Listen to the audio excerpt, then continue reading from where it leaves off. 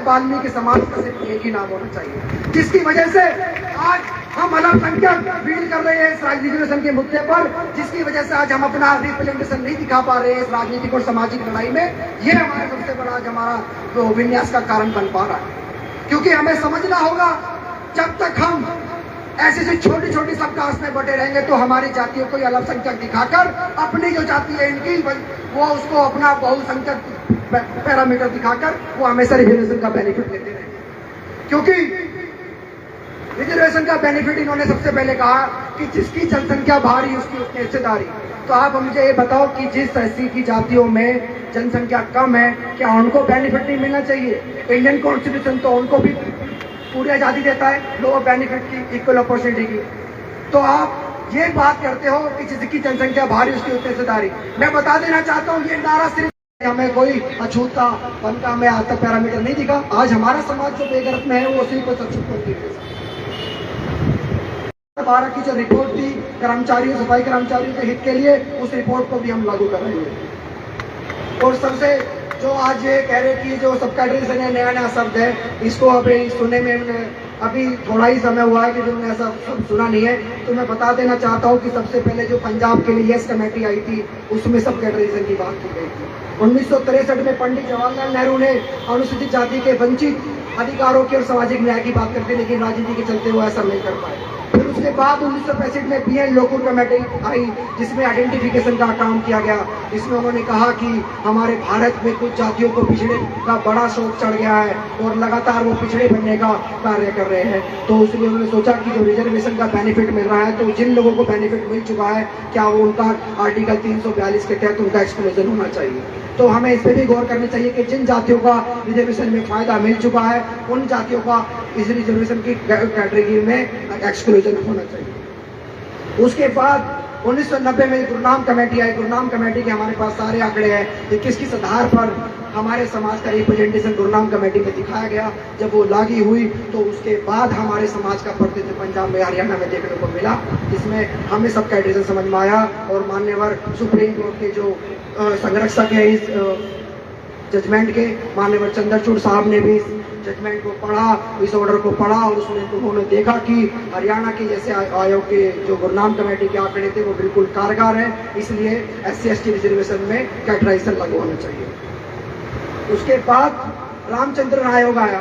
रामचंद्रन आयोग सबसे पहले आंध्र प्रदेश में लागू हुआ और ABCD के तहत उनको रिजर्वेशन प्रोवाइड किया गया।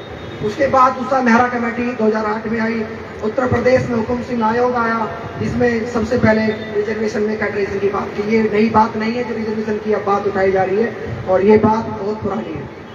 मैं आपको बता देना चाहता हूँ जो कुछ ये संगठन के लोग हैं, बहुजन संगठन की जो सौ कोट अपना आपको बहुजन संगठन बताते हैं, ये बोलते हैं कि SC/ST OBC की लड़ाई एक है। जब SC/ST OBC की रिजर्वेशन में कैटेगराइजेशन लागू हो सकता है, वहाँ क्रीमी लेयर लागू हो सकता है, तो फिर SC रिजर्वेशन क्यों नहीं हो सकता जब ये इनकी लड़ाई एक है। आज जब हम 1932 की तरफ देखते हैं, जब 1936 में बाबा साहब ने जो रिजर्वेशन दिया गया था, जिस आधार पर वो हमें कह रहे थे कि भाई आप खुले तौर पर हम इसे खुली भर्ती में उनका सामना करिए ब्राह्मण का, तो बाबा साहब ने एक ही बात कही थी कि मेरे बच्चों का कंपटीशन तुम्हारे बच्चों से नहीं हो सकता क्योंकि मेरे बच्चे अभी भी सक्षम नहीं है। तो आज मैं भी बता देना चाहता हूँ कि सब कैटेगराइजेशन इसलिए लागू हुआ है कि हम वंचित जाति के लोग उनके कंपटीशन में नहीं है, इसलिए अगर सब कैटेगराइजेशन लागू होगा तो हम अपना रिप्रेजेंटेशन हम दिखा देंगे उनको और आने वाले 10 साल में अपना रिप्रेजेंटेशन दिखा देंगे।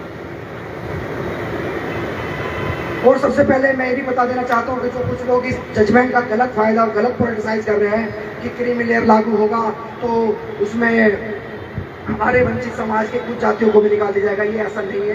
क्योंकि जस्टिस प्यार गवई ने इसमें क्लियर कहा गया है कि इसमें राज्य की मनमर्जी बिल्कुल नहीं चलेगी और जो SC में चपरासी समाज और सफाई कर्मचारी समाज इन पे क्रीमी लेयर लागू नहीं होगा। तो ये भी हमें समझ लेना चाहिए। और सबसे बड़ी बात जो अभी तक भी रिजर्वेशन की जो समीक्षा नहीं हुई है, जिसकी वजह से आज हमें ये खामियाजा भुगतना पड़ रहा है। बाबा साहब को ये बात सोचनी चाहिए थी उसमें संविधान सभा में, लेकिन उस समय सभी जातियों के अछूतपन के पैरामीटर समान थे, इसलिए वो इस बात को नहीं सोच पाए। संविधान सभा में ये भी बात उठी कि रिजर्वेशन की समीक्षा होनी चाहिए, तो वो उस बात पे चुप रहे। लेकिन आज भारत के आज़ादी के 75 साल बाद रिजर्वेशन की समीक्षा इसलिए होनी जरूरी है क्योंकि कुछ लोगों जो रिजर्वेशन का फायदा उठाया है उन्होंने अपनी जिम्मेदारी नहीं समझी और बाबा साहब का सबसे बड़ा सिद्धांत पे बैक नहीं किया। तो पे बैक उन्हें करना चाहिए था। अगर वो पे बैक करते तो इस रिजर्वेशन के अंदर सबका ड्रेसन लागू नहीं होता। तो हमें ये भी समझना होगा, अगर आज वंचित समाज इस रिजर्वेशन के बेनिफिट से अगर समान प्रतिनिधित्व उनके बराबर पा लेता है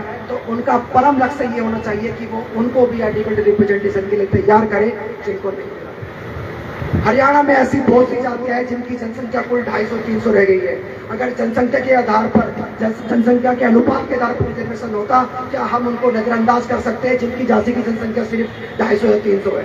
तो इसलिए जनसंख्या का आधार कभी भी रिजर्वेशन नहीं हुआ। रिजर्वेशन के आधार जो हुआ है वो हमेशा जरूरत पे हुआ है, नीड पे हुआ है। इसलिए आज वंचित समाज की सबसे बड़ी जो जरूरत है, नीड है, वो और सिर्फ अछूतपना पे और जो हमारे समाज का जो एडुकेटेड रिप्रेजेंटेशन नहीं है आर्टिकल 16(4) और 15(4) में, इसकी वजह से सबका ट्रेसन हुआ।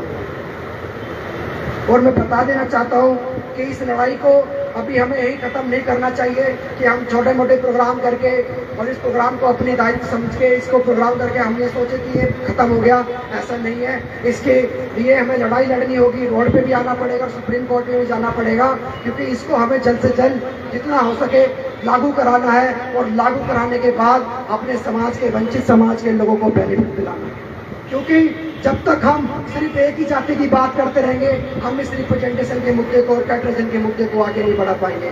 इसलिए हमें सभी जाति के जो वंचित समाज है, जिसमें कंजर समाज भी है, भील समाज के लोग भी है और साथी समाज के लोग भी है और रैगर समाज के लोग भी है, इसलिए उनको भी सबको आगे लाना पड़ेगा और उनको बताना पड़ेगा कि ये लड़ाई सिर्फ वाल्मीकि समाज की नहीं है, ये उन तमाम समाज की लड़ाई है जिनको इन लोगों ने कभी आगे नहीं आने दिया। तो इस लड़ाई को मैं चाहता हूँ कि ये छोटे मोटे मीटिंग्स या छोटे मोटे प्रोग्राम से ना हो, इसका अंत जब भी होगा जब तक सब राज्य अपनी पूर्ण निष्ठा भावना के साथ एक ऐसी रिपोर्ट दायर करे जिसमें हम सबका रिप्रेजेंटेशन निकल कर आए, तब सबका ट्रेसन लागू होगा और उस लागू होने के बाद हमारे समाज के बच्चों का प्रतिनिधित्व मिलेगा। तो मैं इसी के साथ अपनी वाणी को विराम देता हूँ क्योंकि समय की जो मांग है, अभी और भी बहुत सारे वक्ता है जिनको हमें सुनना बाकी है और सुनेंगे और इस रिप्रेजेंटेशन के मुद्दे और सबका ड्रेसन के मुद्दे को हमें और तूल देनी है और इस चिंगारी को आग देनी है। इसलिए मैं चाहता हूँ कि सभी लोग, सभी साथी इस मांग को आगे बढ़ाए और एक बार मेरे साथ बोले कि वंचितों का नारा है, वंचितों का नारा है, वंचितों का नारा है। जय भीम, जय संविधान। बहुत बहुत धन्यवाद सचिन जी ढिंगिया साहब के लिए जोरदार ताली। जबरदस्त युवा शक्ति के लिए जोरदार ताली होनी चाहिए। अगले वक्ता के रूप में मैं बुलाना चाहूंगा